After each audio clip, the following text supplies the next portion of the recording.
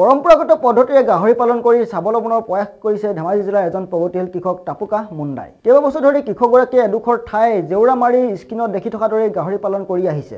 কেৱল গাহৰিয়ে নহয়, ছাগলী পালন, মাছ পালনৰ লগতে কৃষকগৰাকীয়ে বতৰৰ বিভিন্ন শস্যৰ খেতি কৰে। দৰ্শকসকলক আজি জনাম কৃষক টাপুকা মুণ্ডাই ঘৰতে কেনেকৈ খুব কম খৰচে সহজে গাহৰি পালন কৰি আছে। চাওক এই সন্দৰ্ভত আমাৰ এক প্ৰতিবেদন। আপুনি এই যে গাহৰি পালনৰ আমি যি দেখুৱালোঁ বা যি দেখিছোঁ, এই প্ৰচেছটোৰ পৰা আপোনাৰ মনলৈ কেনেকৈ আহিল? আপুনি ক'ৰবাত দেখিছেনে আপুনি নিজে নিজে চিন্তা কৰি লৈছে? মইতো নিজে চিন্তা কৰিছোঁ, মানে এনেকুৱা কৰিলে ভাল হ'ব। মানে গাহৰিকেইটা এদিন কি হ'ল, পোৱালি ঘৰতে পোৱালি দিয়া হৈছিলে। ঘৰত এই যি আমি যিকেইটা পোৱালি দিছোঁ ঘৰতে পোৱালি দিয়া আছিল। তাৰ ভিতৰত আৰু এদিন এৰি থোৱা আছিলে। এতিয়া আমি হালে বিচাৰি ফুৰোঁতে বিচাৰি পোৱা নাই। তাৰপিছত একেদিনাই এইবিলাক মই চিন্তা কৰিলোঁ, নহয় এনেকুৱা বোলে একেবাৰে বনাই লওঁ আৰু একেদিনাই বনাইছোঁ।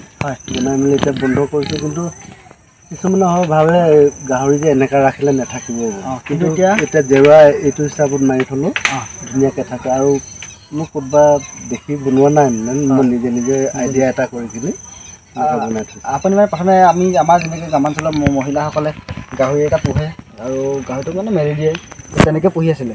তেনেকৈ তাৰপিছতে সেই সমস্যাটো হোৱাৰ কাৰণে আপুনি মই একেবাৰে বন্ধ কৰি দিলোঁ। হয়, এনেকৈ গাহৰি পোহা আপোনাৰ কিমান দিন হ'ল? গাহৰি পালন এতিয়া প্ৰায় মোৰ এই দুবছৰে হ'ব। দুবছৰে হ'ব।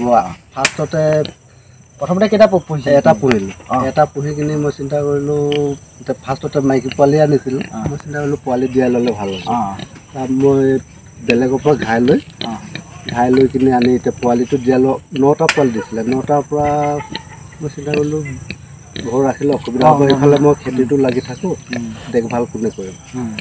তেনেকুৱা কৰোঁতে 3টা দি দিলোঁ বেলেগক। তাৰ ভিতৰত এই 6টা থাকিলে। 6টা থাকোঁতে মই চিন্তা কৰিলোঁ এই 6টাটো ৰাখি লওক, যদি এনে খেতিত বিজি থাকিবই, এইকেইটাকো পাৰিম বুলি।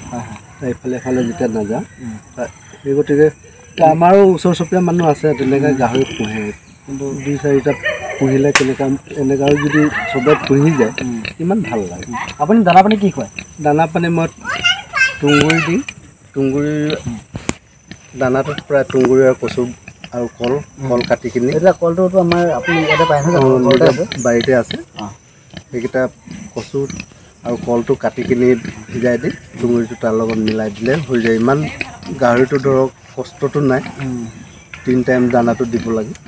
3 টাইম দানা দিলে অকল সেই দানাটো বনাই ইয়াত দিব লাগে। তাৰপিছতে আমাৰ আপুনি যেনেকৈ গাহৰি পালন এটা ভাল বস্তু, এটা ভাল উপাৰ্জন কৰিছে, এনেতে আমাৰ গ্ৰামাঞ্চলৰ মহিলাসকলেও এই কামটো কৰিব পাৰে বুলি আপুনি ভাবেনে? ভাবোঁ কামটো কৰিব বুলি ভাবোঁ, কিন্তু পাৰে বুলি ভাবোঁ, কিন্তু নকৰে। নকৰাৰ কাৰণে সকলোৱে আৰু এতিয়া বেলেগক এতিয়া ভাবিলেও এতিয়া নহয়। এতিয়া ক'লে কি হয়, এতিয়া চবেই এইবিলাক কৰিব পাৰে। এনে ঘৰুৱা কাম পাছত খালী টাইম থাকে, সেই টাইমটোত মিলাই কিনি পুহিবও পাৰে, কিন্তু নোপোহে কি কৰিব। এতিয়া উপায় নাই। মোক চাই কিনি যদি আৰু দুজনো যদি আগবাঢ়ি আহে কিমান ভাল লাগে। ধন্যবাদ।